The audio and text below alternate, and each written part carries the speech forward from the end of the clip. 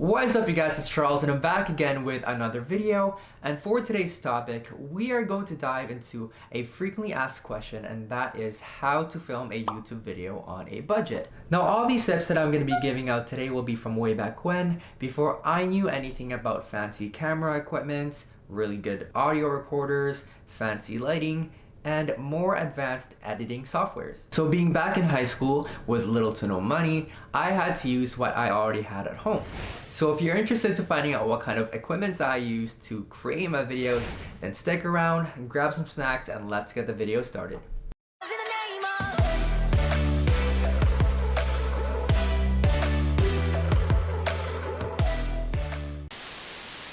My good old iPhone 8. Now, I used this phone for about 3 years before I finally and officially got my very first mirrorless camera.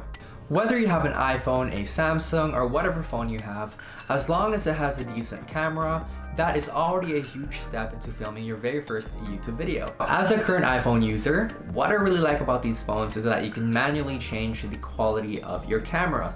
Just go to the settings, change it from 1080p to 4K if you really want to amp up the quality of your videos, but just watch out for your storage because, of course, having a higher resolution can take more space in your phone, but if you have some space to spare, then go for it and get that 4K quality.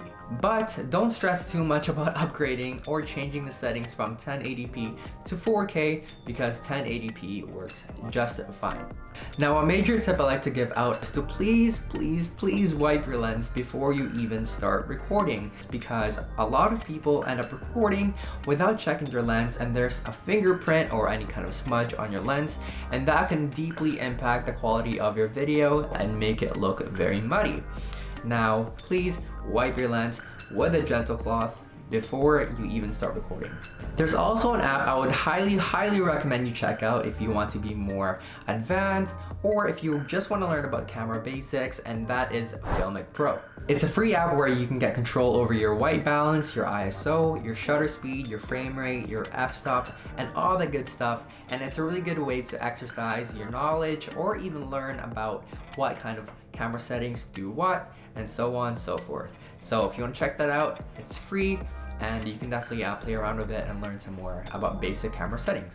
Hello?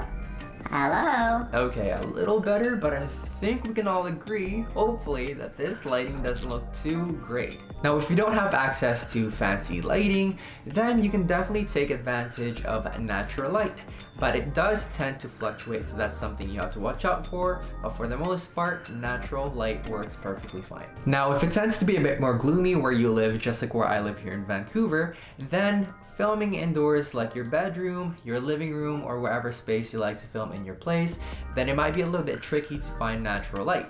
So if you have a stand-up lamp, just make sure it has a daylight fluorescent light bulb to further and best imitate natural light. I used to have a stand-up lamp that I used to use in my room, but sometimes it can get way too harsh, so what I would do is just point it to the wall to get the light to reflect back onto me.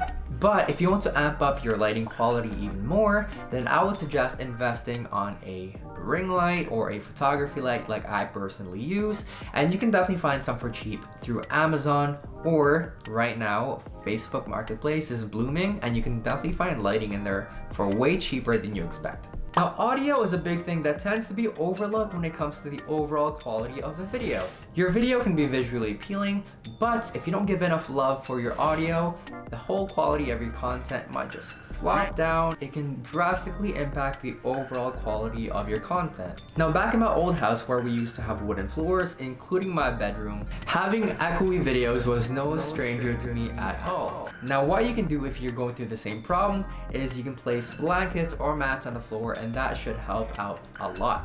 Another thing to watch out for is weird noises in the background, such as buzzing, hissing, animals fighting, because that can be very distracting for your audience. So find and choose a nice quiet place to film and record away. Alright, now to the biggest question I used to get asked all the time is, Charles, what did you use to edit your videos. Again, I was only able to use what I already had at home or was easily accessible during that time, and so that was iMovie. Now the great thing about iMovie, aside from it being free, is that it's really simple to use and it's basically where you learn the basics. Now, through iMovie, I was able to play around with fun video effects, sound effects, title cards, going crazy with the speed feature. It may be a very simple app, but it definitely gave me the confidence before I even attended film school 5 years later. Another awesome thing about iMovie is that you can basically edit on the go wherever you are, because you can download it in your iPhone, your iPad, which I personally used.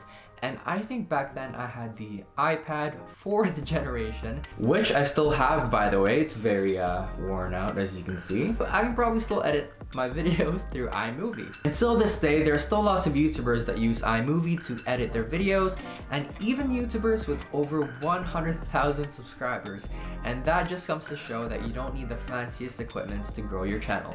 Alright, so to further spice up your videos, make sure you find really good music that fits well with your content, but the thing you have to watch out for is copyright, because once you reach 3 strikes, YouTube can fully take down your channel, and you can even probably get into major lawsuits, which isn't really what we want. So I would recommend checking out YouTube's royalty music library, where you can find different kinds of music depending on what kind of content you're creating. But if you want to further invest in the future and have more choices and finding more professional music, then you can subscribe to websites such as Artlist or Pandemic, where you can find higher quality music for your content without having to worry about getting copyrighted for a small payment every month.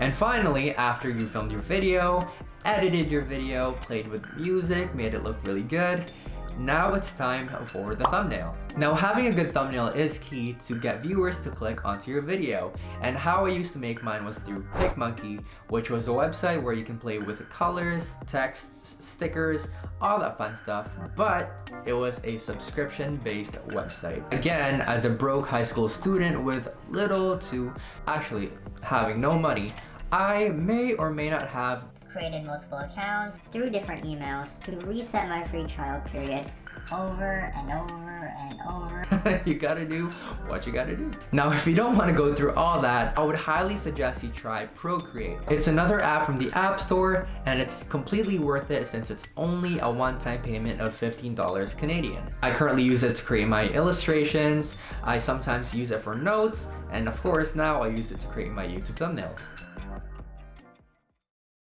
Alright, so that has been how to create a YouTube video on a budget. And if you guys enjoyed this video, please feel free to click the like button below, the subscribe button, and make sure to also click on the notification bell so that you'll know the next time I post. And if you're still on the fine line of creating your YouTube channel because you're a little bit afraid of what other people are gonna say, I say just go for it. And if you have any questions related to this topic, feel free to drop it down below and I'll get back to you as soon as possible.